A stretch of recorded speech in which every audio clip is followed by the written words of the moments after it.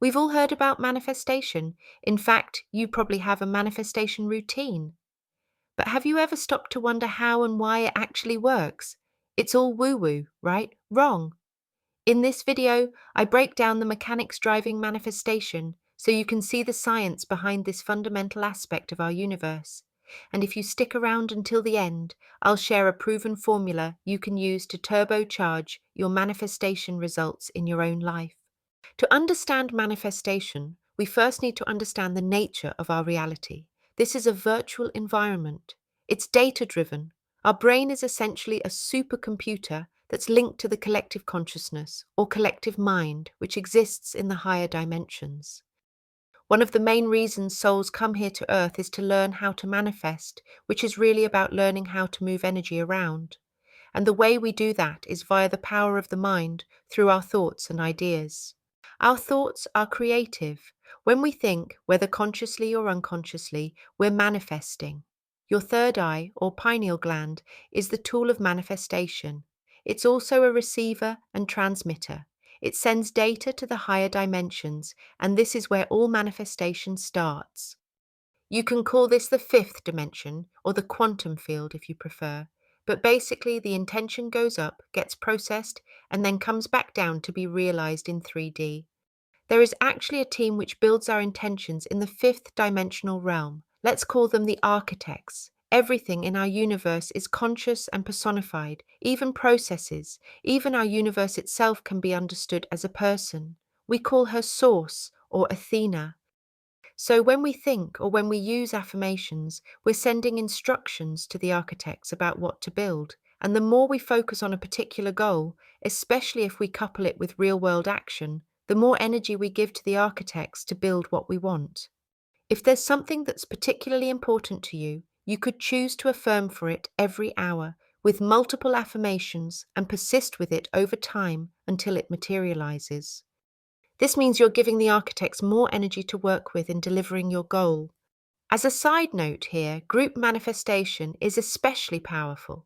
This is when a group of people work together to manifest the same thing, ideally at the same time. I just want to mention a project I'm involved in here. It's called We Manifest Peace, and it's a manifestation group which meets on the first Sunday of every month to manifest peace in the world. If you'd like to join us, and I hope you will, I'll leave more info in the description of this video. Anyway, in terms of manifestation, consistency is key, and this is also why we mustn't give up on our dreams. If we've been trying to manifest something big over a long period of time, and I mean this could even be years, just because it hasn't arrived yet doesn't mean it won't.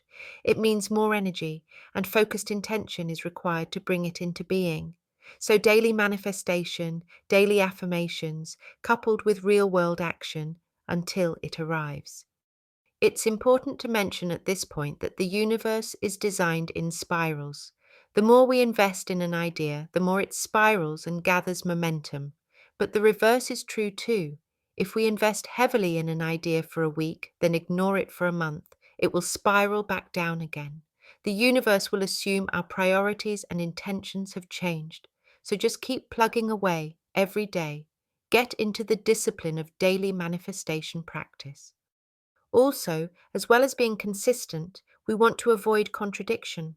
For example, if we affirm for something positively, then spend the rest of the day worrying about the lack of it, we're sending mixed messages.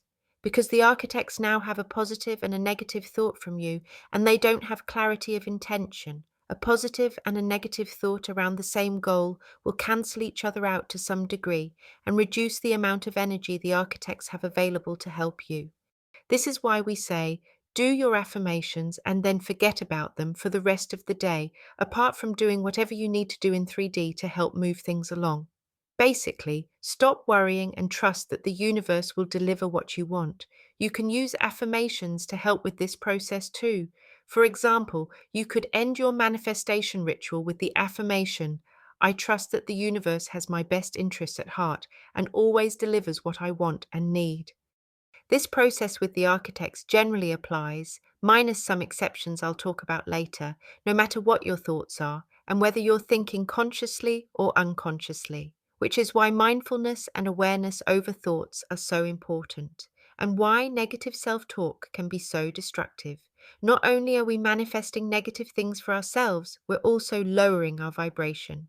I'll talk more about this in a moment. This is where the law of attraction comes in. To manifest to our full potential, we need to keep our vibe high. High vibration means we're in the zone of manifestation. You don't need to align with specific vibrations, like money, for example. You just need to keep your vibe as high as possible. This also aligns with your level of consciousness. Consciousness and the energetic system, the health of which directly affects your rate of vibration, are interlinked.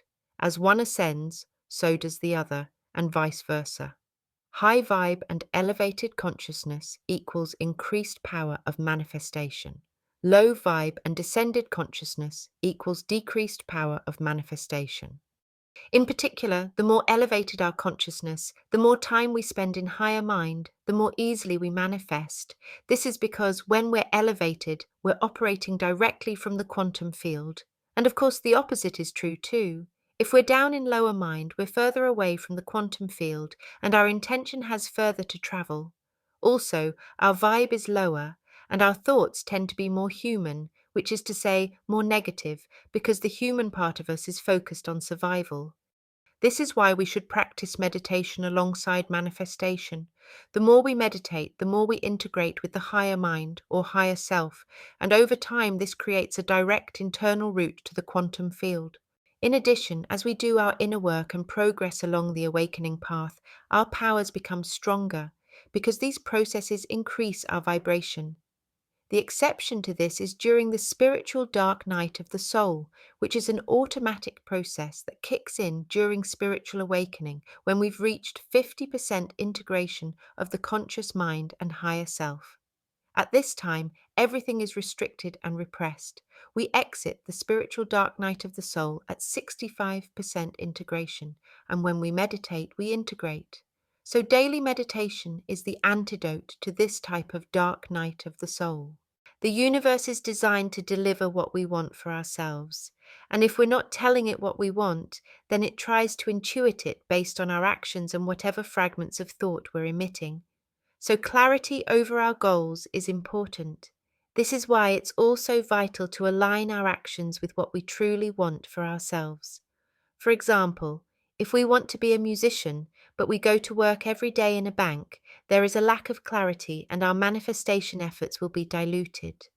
However, if we want to be a musician and spend as much time as possible making music, immersing ourselves in music, and connecting with other aspects of the music world, the universe can see our intention more clearly, and the architects will have more energy to help you by default, even if you don't have a formal manifestation practice. Here's something interesting. Manifesting on behalf of someone else is 10 times more powerful than manifesting for yourself, if it's to their benefit. So if there's something you really want or need, you can ask others to manifest on your behalf and also help people in your circle by supporting their goals with your own affirmations. Even with a rock-solid manifestation practice, you won't always get what you want, but you will always get what you need. For a start, if the things you want don't align with one of the life paths or lessons you chose for yourself before you incarnated, then it will be harder to manifest. You would have to show extremely committed intention over time that this is something you truly want for yourself, for your higher self, to allow the universe to support you. Also, if you want things for show or are very materialistically minded, you want a supercar, for example, this can be harder to manifest depending on the kind of life you came in to experience. Your spiritual team has the power of veto.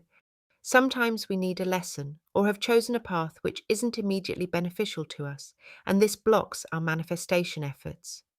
A common lesson, especially amongst highly evolved souls with big missions, is absolute trust in and complete surrender to the universe, so resources or progress may be blocked for a time until we learn this. I see this frequently with the bodhisattvas that I coach.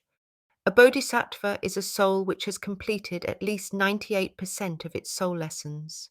I don't mean in this lifetime, but across all of their incarnations since the beginning of time.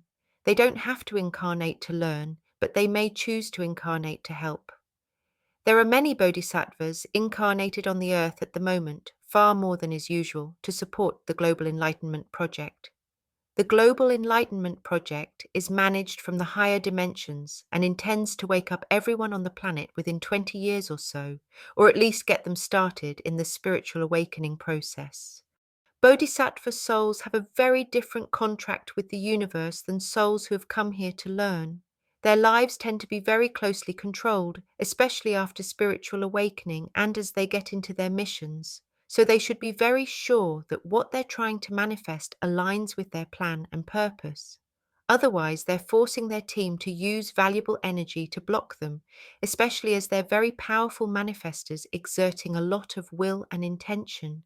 Even if they are manifesting in alignment with their mission, their team will be managing timings very closely, so they may still find they're blocked, even if they know it's the right intention. If you suspect you're a bodhisattva soul, patience around manifestation is absolutely key. Try not to let yourself get frustrated and trust the process. It will come together when the time is right. A powerful aid to manifestation is perfect protocol, also known as PP. Perfect protocol means leading a spiritual life as much as possible.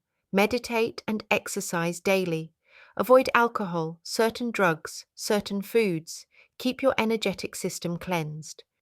It's important because PP raises your vibe and elevates your consciousness, which, as we know, is an important foundation for manifestation. So if you have something important happening that you need to go right, going on to PP beforehand will help. Basically, it gets you into flow. I teach Perfect Protocol in my online course, a complete guide to spiritual awakening, as well as many other important spiritual techniques. I'll leave a link in the description to this video if you want to find out more. So the formula for powerful manifestation, assuming you're not blocked for any reason, is this. First, keep doing your inner work and invest in the spiritual journey to raise your vibrational and consciousness potential. This will give you a strong foundation. Second, practice good energetic hygiene to keep your vibration high. Third, retain awareness over your thoughts and reprogram negative thinking in real time. Fourth, meditate daily. Fifth, stay on PP as much as possible. This is especially important if you're trying to manifest something in a short time frame or there's something significant happening you need to go right. Sixth, get clear on your intentions for yourself. Seventh, use a rock-solid manifestation protocol. Affirmation, visualization, prayer, or AVP is the gold standard. I also teach this in my online course. If it's something you really want or need to happen quickly, you can use the same ritual multiple times a day. But a good baseline for general manifestation is to use AVP first thing in the morning and last thing at night. Then teach yourself to detach and not worry about the outcome. If it's right for you, it will arrive. This is a fundamental law of the universe. If you found this information helpful, please like, share, and subscribe. And if you have questions about manifestation or want to share your own manifestation experiences, please leave me a comment below